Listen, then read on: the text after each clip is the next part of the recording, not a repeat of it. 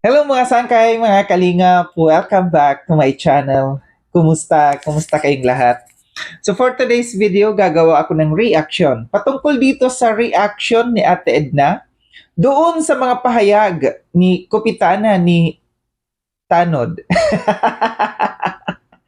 Sumagot dito si Ate Edna. And take note sinabi dito ni Ate Edna na ito'y si Kupitana ng Tanod ay merong taong nasa likuran nito. Ito'y ibig sabihin siya'y binabayaran or siya'y isang bayaran para lamang banatan dito yung kalingap.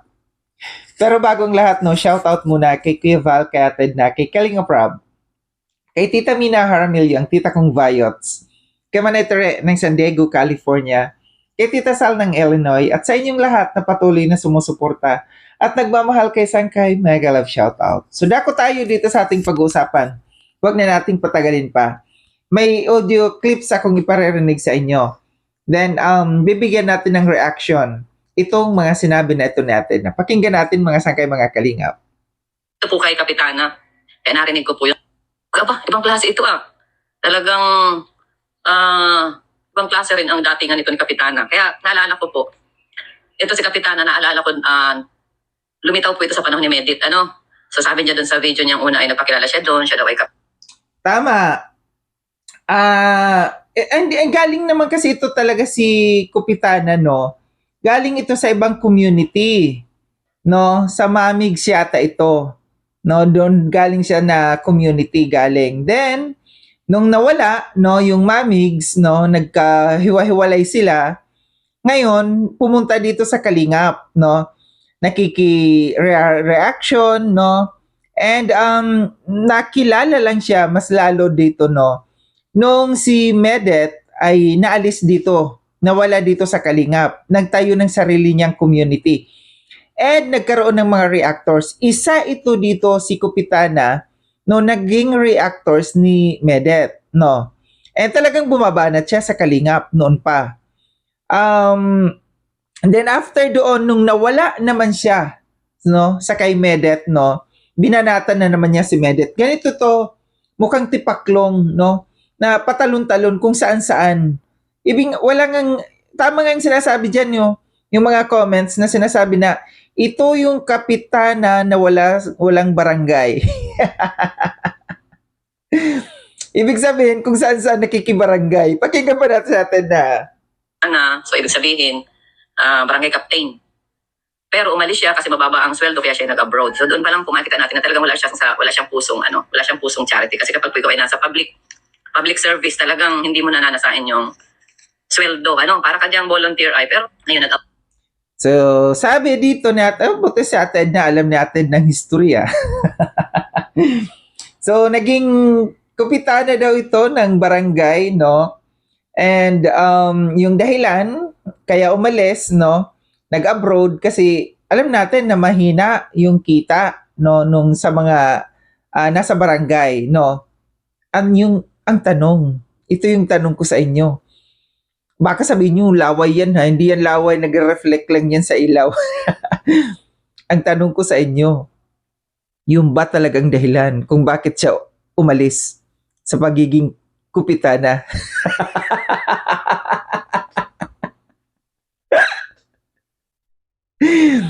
Hindi kayang dahilan dahil si Tanod?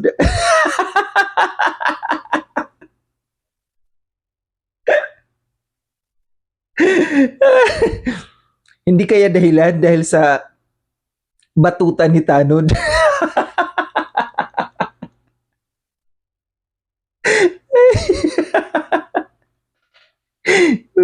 Mas balik tayo nito sa Captain na. siya, isa lang po siyempre ang purpose niya doon para kumita. At ayan, si Kupita. Baka ko lang sa malaki siguro ang utang sa bangko dito sa Hong Kong kaya panay content. Ayan na nga po. Siyempre nag-abroad, hindi naman natin may pagkakaila. Siyempre for greener pasture kaya nag-abroad. Ngayon, kinulang ang kanyang, siguro kinulang pa rin. Kaya ngayon, ayan na, hindi na po tumitigil ng content. Actually, so una po, puri-puri niya yan si... Yes, kinukulang. Kulang. Kasi siyempre may sinusustento. Ang pamilya.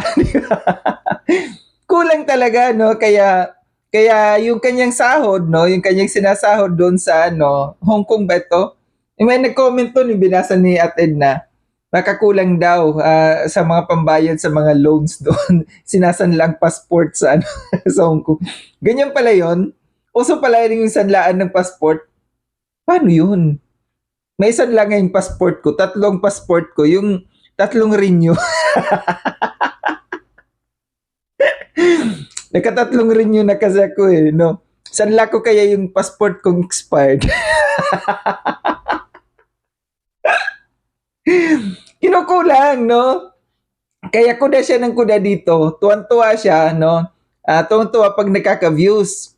Alam niya na nagkakaroon siya ng views talaga pag kalingap ang kanyang binabanatan. Kaya, di ba, tiba? Di ba? Di ba, saan ka nakakita ng isang tao, kumikita na, pinagkakakitaan na niyang kalingap, tapos babanatan pa niya. No? Parang nakakahiya, di ba? Tapos siya pa yung may gana na questionin ang kalingap. Balik tayo. Ano, si Medit, di ba?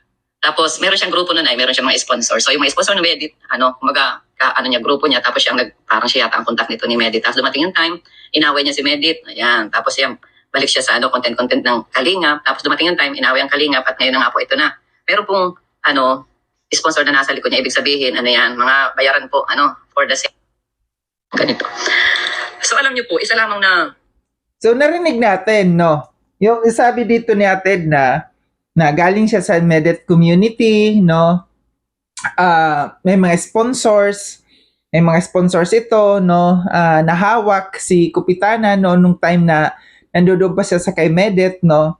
And yun nga, yung nawala, yung kinukwento ko sa inyo, pumunta dito sa Kalingap, no? And nag-content, tapos ngayon, binabanatan. So sabi natin na meron to.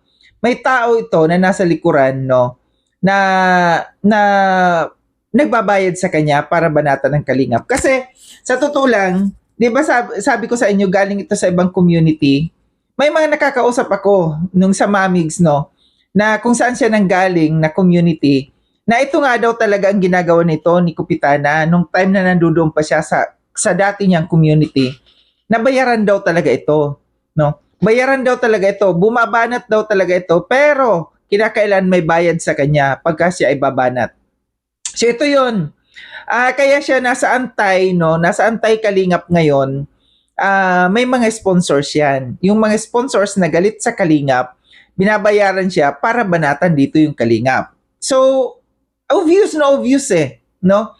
Obvious na obvious kasi lahat ng content nito banat, no? Lahat ng content nito pakikipag-away, pakikipagbanatan. Obvious na obvious, no? Na may mga nasa likuran nito sa kanya. Kasi hindi ito maglalakas ng loob na bumanat sa Kalingap kung walang mga taong nasa likuran nito ni Kupitana. Ito po ito'y para sa atin. Bilang mga Kristiyano po, alam natin na tayo po ay naniniwala kay Kristo. Tayo naniniwala kay Lord, sa Diyos. At naniniwala tayo sa langit. Di ba? Na kapag tayo po ay mamatay, syempre, tayo po ay ihiwala yung ating kaluluwa sa ating katawan. Yung ating katawan, syempre, may iwan yan dito sa lupa, mabubulok yan. Yung ating kaluluwa na wala pong kamatayan, yan po ay, syempre, magbabalik loob sa dito si Ate Edna, nito religious yung dito ni Ate Edna, no? Alam naman natin na pastora si Ate Edna. Sabi ni Ate Edna na pagka tayo namatay, yung kaluluwa natin hiwalay sa ating katawan, mabubulok yan. Ngayon pa nga lang bulok ng bulok ng katawan ni Kupitana, no? Dahil sa mga banat, sa mga pakikipag-away dito, sa tingin niyo ba, no, sa ginagawa nito, ang kaluluwa nito pag humiwalay, saan mapupunta? Dito papunta yung kwento dito ni Ate Edna, no? Kung saan mapupunta yung isang tao, no, na mahilig mambalahura, mambastos, no, at lalo't-lalo na kiniklaim na siya ay isang Kristiyano, mahirap yung ganyan na, yung kunyari relihiyosa ka, kunyari maka-Diyos ka, tapos ang bukang bibig mo, pambabanat, pambabastos sa kapwa. Kaya hindi ako masyadong hindi ako masyadong relihiyosong tao kasi alam ko na hindi ako malinis ng tao. Pero ako sa sarili ko, bago ako matulog, humihingi ako ng kapatawaran. No, kung ano man ang mga nagawang kong kasalanan sa buong maghapon, buong araw. Ang pagigising ko, humihingi rin ako ng patawad at ako'y nagpapasalamat. Okay na yung ganun kaysa doon sa ipangangalandakan mo ikaw isang Kristiyano, di ba? Magbibigay sulit sa kanya. Pero alam niyo po ba na hindi lahat ay pupunta sa langit? Yan, hindi lahat pupunta sa langit. Pero totoo po ang impyerno, di ba? So meron po ako ritong nais ko lamang pong i-share. Sana matauhan dito si Kapitan sa kanyang pinagagagawa. Ayan, sabi po rito kung sino sa inyo nagbabasa ng Biblia. Ayan. Makinig ka ha, Kupitana. Babasahan ka ng Biblia. Makinig ka ate sa puso, no? Itong babasahin natin na para naman, no? Malay natin mahimasmasan tong pag-iisip nitong Kupitana na ito. Kung iriribat natin siya sa mga, ay ganyan, ay matagal na po yan, ay makapal na nga. Kaya yan na. Ayan. Sabi natin na, hindi yan tatablan kasi makapal na. Makapal na talaga ang pagmumuka, no? Kaya ito yung parang strategy natin na hindi siya makikipagrebatal, no? Na sasagutin ng kung ano, kundi basahan siya ng Bible natin na I-twist naman natin, spiritual naman natin, i-rebat. Ang sabi po sa Galatians 5:22, ayan. Ito po ay kung gusto niya makarating sa langit, ano? Pero kung ayaw, sige, pagpatuloy niya ang kanyang ginagawa. Pero, sayang yung kanyang pagiging Kristiyano, ano? Dapat pag tayo po ay, nagsabi tayong Kristiyano, tayo dapat ay kinakikitaan ni Kristo. Nasa atin si Kristo sa ating buhay. Hindi maikakaila ang mga gawa ng laman, paikiapid, kahalayan at kalasuan. Hindi, pagsamba sa Diyos-Diyosan, pangkukulang, pagkapot, pag-away-away, pagsiselos, pagkakagalit at kasakiman, pagkakampi-kampi at pagkakabahabahagi. Verse 21, pagkainggit, yan, paglalasing, walang habas na pagsasaya at iba pang katulad dito. Muli ko kayong binabalaan ang gumagawa ng mga ito ay hindi magkakaroon ng bahagi sa kaharian ng Diyos. O, di ba? So dito, pasok dito no sa binasa na ito ni Ate Edna, yung pagiging sakim at pagiging inggit. Kasi ito yung pumapasok dito sa kay Kupitana.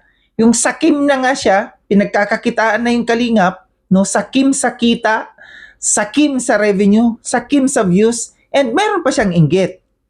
So, ito talaga pasok na pasok siya dito. Ano po ba, kapag ikaw ay punan sa iyong kapwa, sa ginagawa ng kapwa na mabuti naman, at wala na isa yung maganda, wala na sa iyong tama, kundi yung ikaw lamang ang tama, ang tawag po dyan ay inggit. Ano? Ang term dyan ay inggit. Inggit ka lang, bakit? Yung ginagawa mo, ay hindi mo kayang gawin yung ginagawa ng kapwa mo. Real talk talaga ito sa atin na no. Tama yung inggit kasi inggit ka sa ginagawa ng kapwa mo na hindi mo kayang gawin, no? Parang ito yung nasabi ko nung isang araw, yung parang crab mentality, no? Na nakikita natin sa isang tao na alam natin yung isang tao umaangat, hihilain mo pababa. So dito yung inggit, itong version naman dito ni Ate na sa pagiging inggit, no? May inggit ka sa ginagawa ng kapwa mo kasi hindi mo kayang gawin, no, yung ginagawa na alam natin, no, na napaka laki ng tulong ng kalingap sa mga taong natutulungan nila. Tapos babatikusin pa yung taong tumutulong. Yung ikinaiinggit, di ba? Yan. So kapag mainggitin po tayo, wala pala tayong bahagi sa kaharian ng langit. Yan. So mahirap po, ano? So sayang ating pagkikipag-Kristiyano. Yung pagiging Kristiyano kapag tayo po ay mainggitin. Ayan. So yun lang po nakikita ko kasi kay Kapitana. Sana matauhan ka rito sa verse na ito. Alam ko ikaw ay Christian. Iwasan na natin yung pagiging inggit, sapagkat hindi tayo makakarating sa langit kapag tayo ay inggit. Ayan sinabi na. So yun na lang, kapag tayo po ay puna ng puna sa ginagawa ng ating kapwa, pati yung yaman, at saka isa pa yung nabanggit niya na walang-wala. Kasi siningil out kasi niya. Kung general yung sabi niya na mga charity vloggers, okay yun.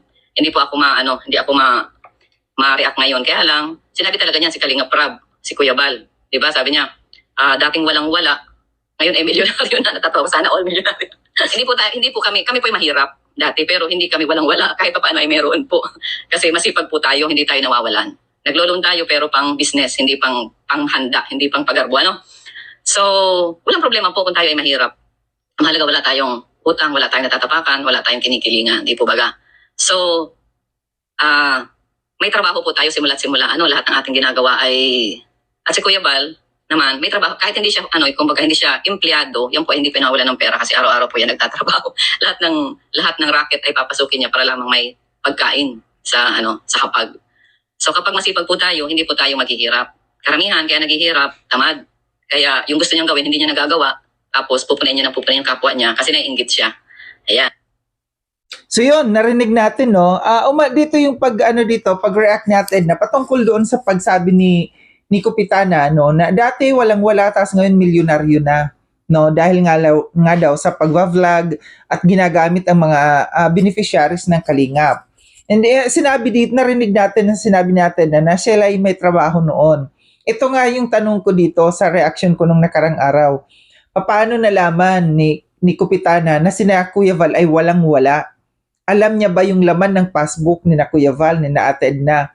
Alam niya ba, no, ang buong kwento ng pamilyang ito? Hindi pa nga niya nakikita in person itong pamilyang ito para husgahan niya, no? Mapanghusga itong taong ito. Tama nga yung sabi dito ni Ate Edna, yung inggit ang pumapasok dito sa taong ito, yung pagiging inggitera na hindi niya kayang gawin yung ginagawa ng ibang tao. Yung pagtulong, no? Yung kinikita ng ibang tao, no, na hindi niya kaya, kasi isa rin sa dito, pagiging ambisyosa, no? Na gusto niyang pantayan siguro yung level na Kuya Val na hindi niya kaya. So kung ikaw ay mayroong inggit sa sarili, kung ikaw ay gusto mo na umasenso rin, kagaya dito sa ginagawa na Kuya Val, huwag ka nang mag-criticize sa ibang mga tao. Gawin mo yung best mo na para makuha mo yung gusto mo, yung inggit mo, para masapawan mo rin yung mga taong kinainggitan mo. Kasi ito lang dito eh. Wala siyang reaction na maganda para sa Kalingap, kundi lahat pambabatikos dito sa Kalingap, no, pagpuna sa Kalingap. Perfect ka ba? So kung ikaw ay isang perfect na tao, marapat lamang na pumuna ka. Pero kung meron ka rin lang naman, no, kapintasan sa katawan, sa pagkatao mo, manahimik ka. Pinagkakakitaan mo na nga yung Kalingap. Dito ka na kumukuha ng content sa Kalingap. Tapos babatikusin mo pa? Sisiraan mo pa? Anong tawag doon? Kakapalan ng pagmumukha. Muli maraming salamat mga sangkay na sa panunood. Sa mga hindi pa nakapag-subscribe kay Sangkay Loan, subscribe niyo na po ako. Click yung notification bell para updated kayo sa lahat ng mga videos na aking gagawin. Like and share itong video na ito mga sangkay. Kita-kits tayo ulit sa susunod na video na aking gagawin. Ingat kayo sa ang dako ng munumang kinaroroon. Paalam na mga sangkay mga Kalingap, paalam.